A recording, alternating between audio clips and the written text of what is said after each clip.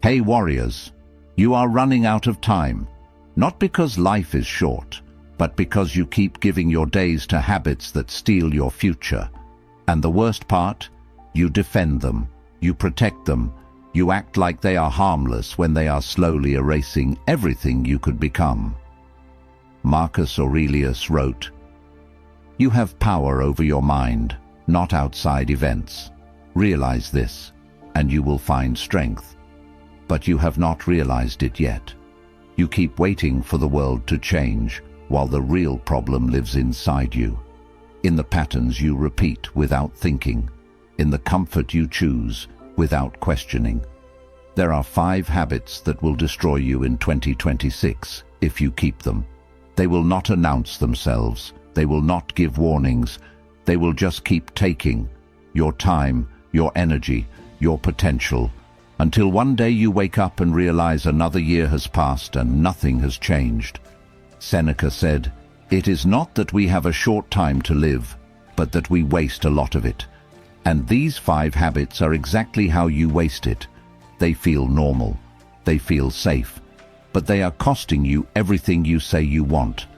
So stay through every part of this video, do not skip anything, because each habit will show you where you are losing and how to stop the bleeding.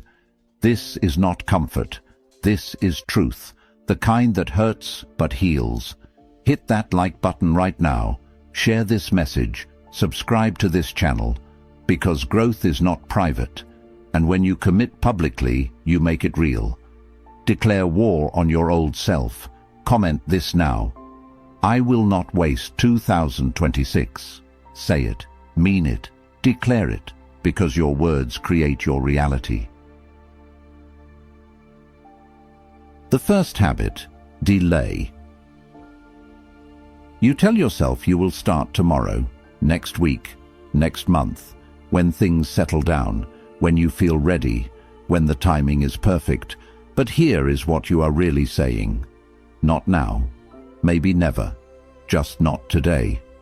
Delay is the most accepted form of self-destruction. Nobody calls you out for it. Nobody sees it as failure, because you are not doing anything wrong. You are just waiting, planning, thinking it through. But while you wait, life does not pause. Opportunities close, time moves, and the person you could have become gets further away. Epictetus said, "How long are you going to wait before you demand the best for yourself?" That question should haunt you, because every time you delay, you are choosing to settle. You are saying that comfort today matters more than progress tomorrow, and that choice compounds. One delay turns into 10, 10 turns into a year turns into a life you never intended to live. Let me be clear, delay is not about being slow, it is about being stuck. It is the voice that says, "I am not ready yet," but ready is a lie. Nobody feels ready. The person who starts a business does not feel ready. The person who asks for the promotion does not feel ready. The person who ends a bad relationship and walks into the unknown does not feel ready. They just move anyway, because they understand something you need to learn. Action creates clarity. Waiting creates doubt. Think about the goal you have been putting off. Maybe it is starting that project, learning that skill, having that difficult conversation, fixing your health. Whatever it is, you know what it is, and you have been telling yourself the same story. I will do it when I have more time, when I have more money, when I am more prepared. But time does not give itself to you. You take it. Money does not appear because you waited. It comes because you moved. Preparation does not happen in your head. It happens in the doing. Delay feels safe. That is why it is so dangerous. It lets you keep the dream without the risk. You get to imagine success without facing failure. You get to stay comfortable without admitting you are afraid. But that comfort costs you everything, because while you are waiting for the perfect moment, someone else is building, learning, failing, growing. And when you finally decide to start, they are already 10 steps ahead. Here is the truth about timing. It is never perfect. There will always be a reason to wait, always something in the way, always a better time just around the corner. But that better time is a trap. It keeps you frozen. And the longer you stay frozen, the harder it becomes to move. Seneca wrote, "Begin at once to live, and count each separate day as a separate life." Not tomorrow, not next week, now, today, this moment, because this is all you have. The future you are waiting for does not exist. It is just another version of now. And if you cannot act now, you will not act then either. So, what do? You pick one thing, not 10. One, the smallest step toward the thing you have been avoiding, and you do it today. Not perfectly, not confidently, just done. Because action breaks the spell of delay. It proves to yourself that you can move. And once you move, momentum builds. One step becomes 2. 2 becomes 10. And suddenly, the thing you were avoiding for months is behind you. But you have to start. You have to stop negotiating with yourself. Stop waiting for permission. Stop searching for the perfect plan. Just begin. Messy, imperfect, afraid. It does not matter. What matters is that you move. The cost of delay is not just time, it is belief. Every time you put something off, you teach yourself that you are not someone who follows through. You are not someone who keeps promises to yourself. You are not someone who can be trusted. And that story becomes your identity. Until one day, you do not even try anymore. Because deep down, you do not believe you will finish anyway, but it does not have to be that way. You can rewrite that story today, right now. By doing the one thing you said you would do later, do it now. Not because you feel like it, not because you are ready, but because you refuse to let delay steal another year from you. Marcus Aurelius warned, "You could leave life right now. Let that determine what you do and say and think." That is not about fear. It is about urgency, about recognizing that every delay is a bet that tomorrow is promised. And it is not. So, stop betting against yourself. Stop waiting for some magical moment. Stop letting fear dress itself up as patience. Start now. Move now. Fail now if you have to, but do not delay. Not anymore. Because 2026 will not wait for you to feel ready. It is already moving, and you need to move with it. If you're done waiting, make this commitment now. I start today, not tomorrow. The second habit, constant distraction. Your attention is being stolen every single day, every single hour, and you are letting it happen. You reach for your phone without thinking. You scroll without purpose. You click, you swipe, you consume. And while you are busy being distracted, your life is passing by. Constant distraction is not just about wasted time. It is about a scattered mind, a mind that cannot focus, cannot think deeply, cannot create anything meaningful, because you have trained yourself to need stimulation every few seconds, to crave the next notification, the next video, the next piece of content that means nothing and changes nothing. The Stoics had a principle: focus only on what you can control, ignore the rest. But today, we do the opposite. We give our attention to everything except what matters. We watch strangers argue online. We follow news we cannot change. We consume content that makes us feel something for 5 seconds and leaves us empty for hours. And we call this living. Marcus Aurelius wrote, "Concentrate every minute like a Roman on doing what is in front of you with precise and genuine seriousness."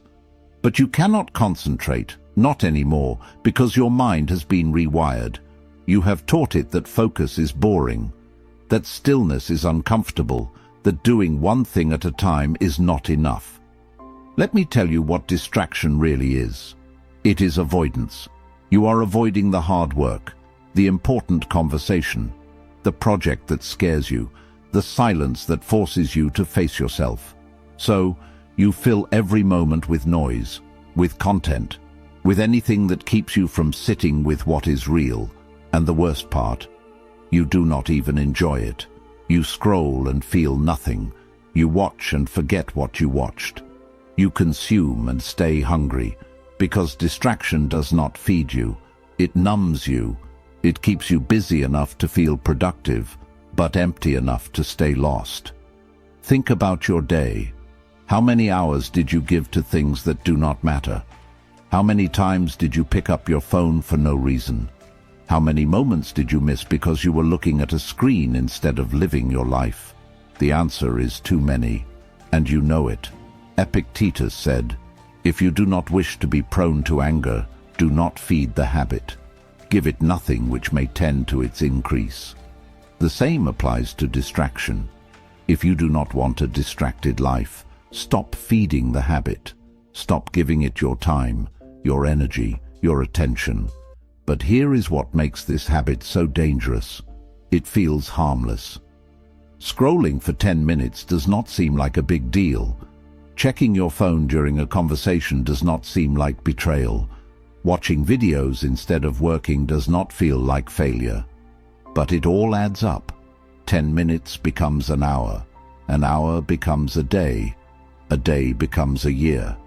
And suddenly you look back and realize you cannot remember where the time went, because you were never fully present for any of it. Your attention is your most valuable resource. Not your money, not your time, your attention. Because where your attention goes, your life follows. If you give it to distractions, you will live a distracted life. If you give it to what matters, you will build something meaningful. So, what do? You take it back. You guard it like your life depends on it. Because it does. You stop treating your phone like an extension of your hand. You stop checking it every few minutes like you are waiting for something important. Because nothing important comes from constant checking. Only more distraction, more noise, more emptiness. You create boundaries. You decide when you will engage and when you will not. You turn off notifications. You delete apps that steal your time. You build space into your day where nothing is competing for your attention. Just you, your thoughts, your work, your growth. Seneca warned, "It is not that we have a short time to live, but that we waste a lot of it."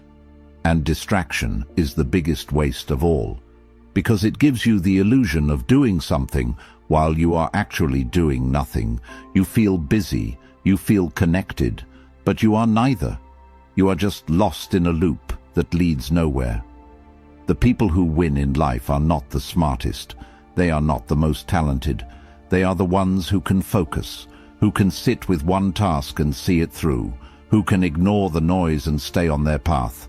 Because focus is rare now, and what is rare is valuable. But focus is a skill, and like any skill, it must be practiced. You do not wake up one day and suddenly have the ability to concentrate for hours.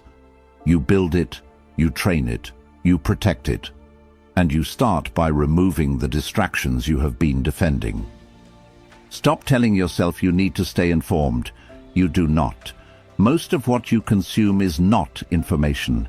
It is entertainment disguised as importance.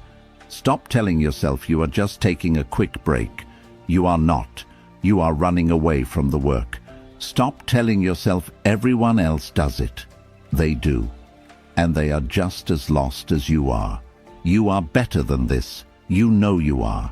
Deep down, you know that your life is meant for more than scrolling through other people's lives. More than reacting to things that do not concern you. More than filling every quiet moment with noise. So, reclaim your attention. Decide what deserves it. And let everything else fade into the background. Because a focused mind is a powerful mind, and a powerful mind builds a powerful life. The third habit, seeking comfort over growth. You choose the easy path. Every single time. You stay in the job that drains you because leaving feels risky. You avoid the workout because the couch feels better. You skip the hard conversation because silence is safer. And every time you choose comfort, you choose to stay small. Growth does not happen in comfort. It never has. It never will. Growth happens in the struggle, in the moment when you want to quit but keep going anyway, in the choice that scares you but calls to you. Comfort keeps you safe, but it also keeps you stuck. The Stoics believed in voluntary discomfort.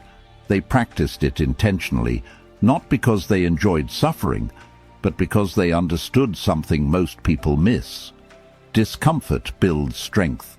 It teaches resilience. It shows you that you are capable of more than you think. Seneca wrote, "Set aside a certain number of days during which you shall be content with the scantiest and cheapest fare. Then you will begin to say to yourself, 'Is this really the condition I feared?' But you do not practice discomfort. You avoid it. You build your entire life around avoiding it. You want success without struggle, strength without effort, results without sacrifice. And that is why you are still waiting for change that never comes. Let me be honest with you. Comfort is a slow killer. It does not destroy you overnight. It just makes you weaker, softer, less capable, until one day you face a challenge you cannot avoid, and you realize you have no strength left to handle it, because you spent years choosing easy over necessary. Think about the areas of your life where you have stopped growing. Maybe it is your body. You know you need to move, to eat better, to take care of yourself, but you choose the comfort of staying sedentary, the comfort of eating what tastes good instead of what serves you, and your body pays the price, slowly, quietly, until the discomfort you avoided becomes the pain you cannot escape. Maybe it is your career. You know you are capable of more. You know you should be learning, building, taking risks, but you choose the comfort of staying where you are, where things are predictable, where you do not have to prove yourself. And years pass, and you watch others move forward while you stay in place. Safe, comfortable, and forgotten. Or maybe it is your relationships. You know some conversations need to happen, boundaries need to be set, truth needs to be spoken, but you choose the comfort of silence, of keeping the peace, of not rocking the boat. And the distance grows, the resentment builds, until one day the relationship you were trying to protect is already broken, and the comfort you chose becomes the loneliness you live with. Marcus Aurelius said, "The impediment to action advances action. What stands in the way becomes the way." But you do not see obstacles as the way. You see them as reasons to turn back, to find an easier route, to wait for a path that requires nothing from you, and that is why you are still at the beginning. Here is what you need to understand. Every time you choose comfort over growth, you are making a trade. You are trading your future for your present. You are saying that feeling good today matters more than being strong tomorrow, and that trade is costing you everything. Because comfort does not just keep you where you are, it moves you backward. While others are building skills, you are staying the same. While others are facing fears, you are avoiding them. While others are becoming more, you are becoming less. Not because you are not capable, but because you are not willing. And the lie you tell yourself is that you will start when you are ready, when you feel motivated, when it does not feel so hard. But that moment never comes, because growth always feels hard. It always requires something from you. It always asks you to be uncomfortable. And if you keep waiting for it to feel easy, you will wait forever. Epictetus taught, "No great thing is created suddenly, any more than a bunch of grapes or a fig. If you tell me that you desire a fig, I answer that there must be time. Let it first blossom, then bear fruit, then ripen. but you want the fruit without the seasons, the harvest without the planting, the strength without the training, and life does not work that way. So, what do? You stop choosing comfort. You start choosing growth, even when it is hard. Especially when it is hard, you do the workout you do not feel like doing. You have the conversation you have been avoiding. You take the risk that scares you, not because you are fearless, but because you refuse to let fear choose your life for you. You make discomfort your practice. You seek it out. You lean into it. Because you understand that every uncomfortable moment is building a stronger version of you. Every challenge you face is teaching you something you need to know. Every time you choose growth over comfort, you are investing in yourself. And here is the beautiful truth. The more you do this, the easier it becomes. Not because the tasks get easier, but because you get stronger, your capacity grows, your confidence builds, and what once felt impossible becomes just another thing you do. But it starts with a choice. Today, right now, to stop running toward comfort and start running toward growth. To stop avoiding the hard things and start embracing them. To stop settling for who you are and start becoming who you are meant to be. Comfort will always be there. It will always be easy to choose. But growth has an expiration date. There is a window, and every day you choose comfort, that window gets smaller, until one day it closes, and you are left with regret, with the knowledge that you could have been more, done more, become more, but you chose safety instead. Do not let that be your story. Choose differently. Choose growth. Choose discomfort. Choose strength. Because that is where your future lives, not in the easy path, but in the one that demands everything from you and gives you everything in return. I want you to drop this affirmation in the comments. I choose growth over comfort. The fourth habit: explaining yourself to people who don't matter. You waste so much energy explaining, defending, justifying. You tell people why you made that choice, why you are doing things differently, why you are not following the path they expected. And while you are busy explaining, you are not building, you are not moving, you are stuck in a conversation that will never end, because people who do not understand your vision will never be satisfied with your explanation. Here is the truth. Your life is not up for debate. Your dreams do not need approval. Your path does not require permission from people who are not walking it with you, but you keep giving them power. You keep letting their opinions shape your decisions. You keep thinking that if you just explain it better, they will finally understand. They will not, and they do not need to. The Stoics understood this deeply.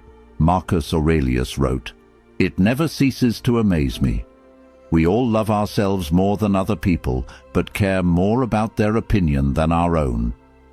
Read that again. You love yourself, but you care more about what others think than what you know to be true. And that is the cage you have been living in. Every time you explain yourself to someone who does not matter, you are asking for validation you do not need. You are seeking approval from people who are not qualified to give it. Because they are not living your life. They do not carry your responsibilities. They do not see your vision. They only see their own limited perspective. And you are letting that perspective limit you. Think about how much time you have lost. How many conversations you have had trying to make someone understand why you are choosing this path, why you are leaving that situation, why you are betting on yourself. And at the end of all that talking, did anything change? Did they suddenly support you, or did they just find new reasons to doubt you? The people who matter do not need explanations. They see your actions and trust your judgment. They believe in you even when they do not fully understand. They support you because they know you. And the people who do not matter, no explanation will ever be enough. because they are not looking for understanding. They are looking for reasons to keep you small, to keep you safe, to keep you where they can understand you. Epictetus said, "If you want to improve, be content to be thought foolish and stupid." That is hard to accept, because we want to be seen as smart, as having it all figured out, as making the right choices. But growth requires you to look foolish sometimes, to be misunderstood, to be judged by people who are too afraid to take the same risks. And here is what happens when you keep explaining yourself. You start doubting yourself, because every time you defend your choice, you are also questioning it. You are giving weight to their doubts. You are letting their fear become your fear. And slowly, without realizing it, you start making decisions based on what they will think instead of what you know you need to do. You dim your light to make others comfortable. You shrink your dreams to fit their understanding. You apologize for wanting more, for doing things differently, for refusing to settle. And every apology is a betrayal of yourself. Stop doing that. Stop giving explanations to people who are not invested in your success. Stop defending your vision to people who do not have one. Stop wasting energy trying to make people understand who do not want to understand. Save that energy. Use it to build, to create, to become. Seneca wrote, "We suffer more often in imagination than in reality." And the judgment you fear, most of it is in your imagination. Most people are not thinking about you as much as you think they are. They are worried about their own lives, their own problems, their own insecurities.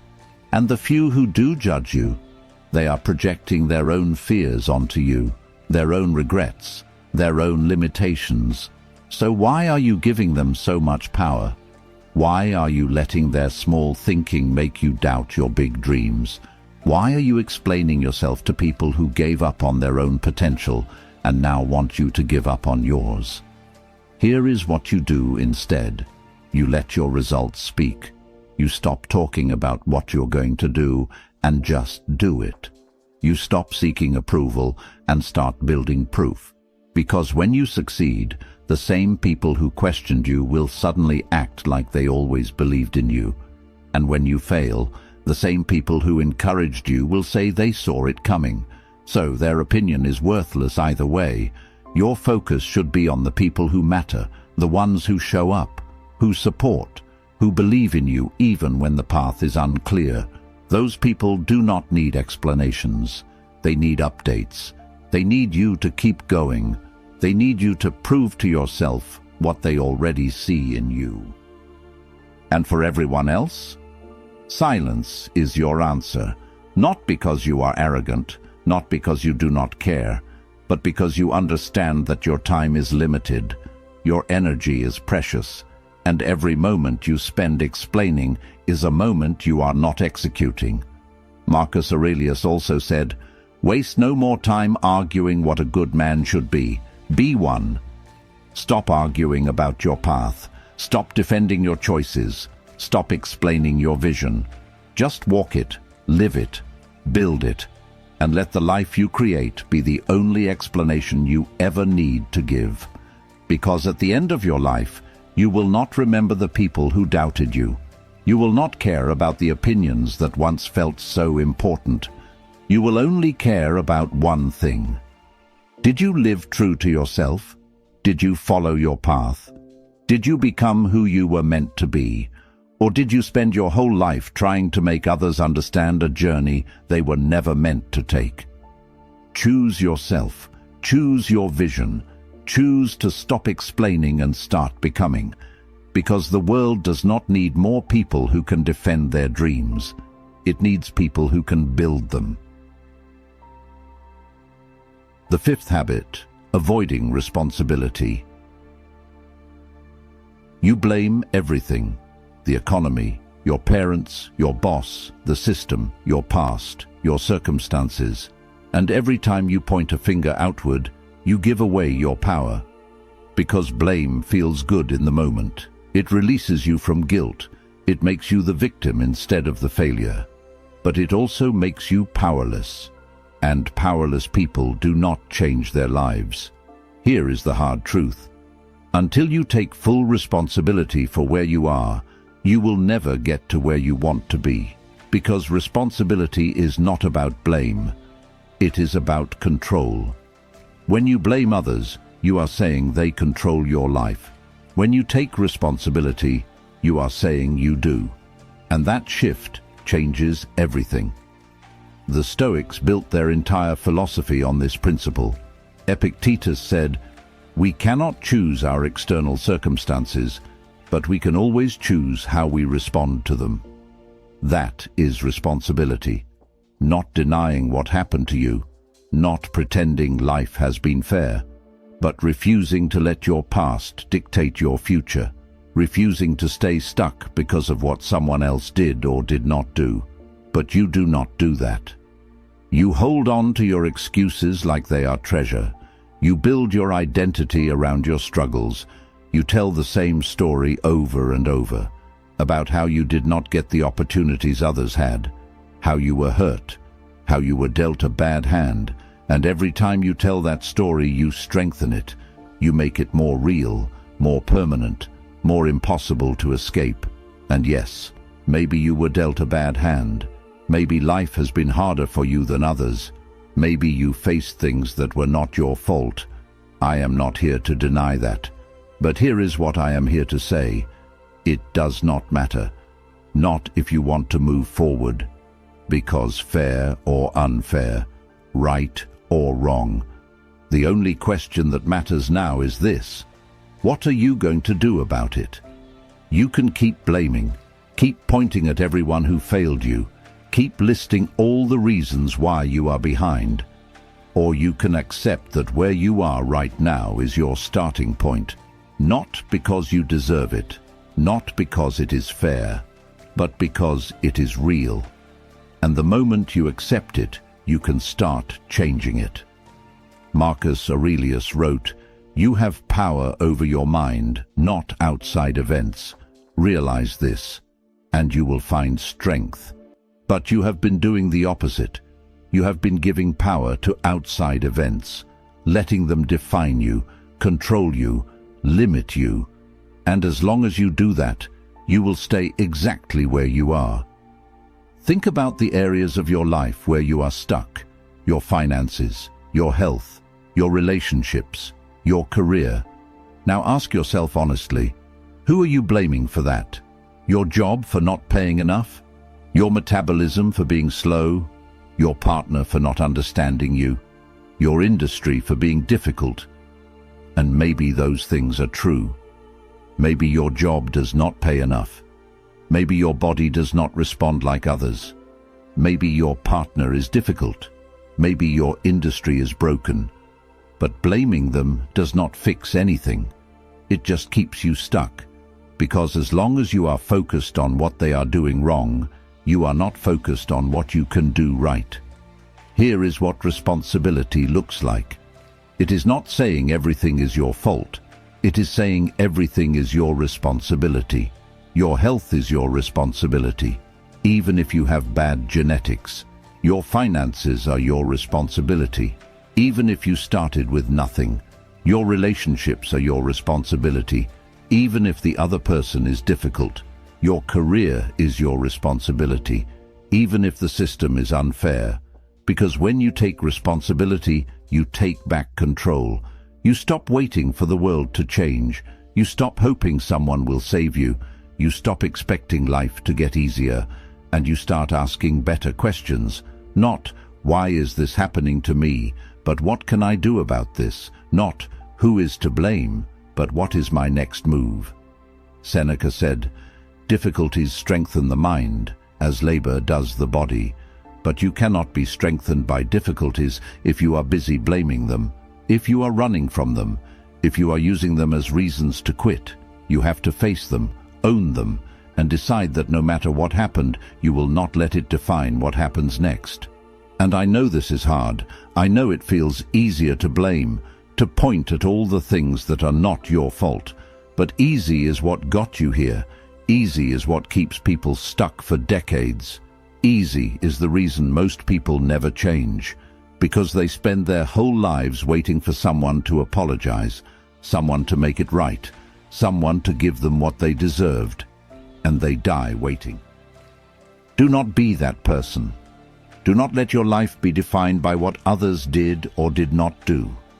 Do not give them that much power, because they are living their lives, moving forward, while you are stuck replaying the past, stuck waiting for justice that may never come, stuck trading your future for the comfort of being the victim. You are not a victim. You might have been victimized, but you are not a victim, because a victim has no power, no options, no control. And that is not you. You have power. You have options. You have control over what you do next. And the moment you take responsibility for that, everything changes. You stop making excuses and start making progress. You stop explaining why you cannot and start figuring out how you can. You stop waiting for perfect conditions and start working with what you have. Because responsibility is freedom. It is the freedom to change, to grow, to become. And nobody can give that to you. You have to claim it. Epictetus also taught, "He is a wise man who does not grieve for the things which he has not, but rejoices for those which he has." Stop grieving over what you did not get, the support, the opportunities, the advantages. Start working with what you have, your mind, your effort, your choice, because those are enough. They have always been enough. You just have to stop blaming and start building. So today, right now, take responsibility for all of it, the good, the bad, the fair, the unfair. Take it all, own it all, and then decide what you are going to do with it. Because your life is not about what happened to you, it is about what you do next, and that is entirely up to you. I want you to drop this affirmation in the comments. I take full responsibility for my life. So here we are. 5 habits, 5 choices, 5 patterns that will either destroy you or be destroyed by you in 2026. The question is not whether you recognize them. You do. The question is whether you will do something about them. Because knowing is not enough. Understanding is not enough. Nodding your head and agreeing is not enough. Change only happens when you act, when you stop defending the habits that are keeping you stuck and start building the ones that will set you free. You can carry these habits into the new year. You can keep delaying, keep distracting yourself, keep choosing comfort, keep explaining yourself, keep blaming others, and life will go on. Days will pass, months will pass, and one day you will look back and realize that another year disappeared, and you are still in the same place, still making the same excuses, still wondering why nothing changed. Or you can choose differently, right now, today. You can decide that 2026 will be the year you stop talking and start doing, the year you stop waiting and start building, the year you take full responsibility and full control, because you have the power. You always have. You just have to use it. Marcus Aurelius left us with this. Waste no more time arguing about what a good man should be. Be one. So, stop arguing with yourself. Stop debating whether you can do this. Stop waiting for the perfect moment. Be the person you know you are meant to be. Starting now. If this message hit you, do not let it fade. Hit that like button. Drop a comment below with your affirmation. Share this with someone who needs to hear it. And subscribe to this channel, because your growth is not a solo journey. And the more you commit publicly, the more real it becomes. This is your year, if you choose it, if you claim it, if you fight for it. The habits will not change themselves, but you can change them. And when you do, everything else changes with you. Now go. Build the life you have been talking about, and let 2026 be the year you finally became who you were always meant to be.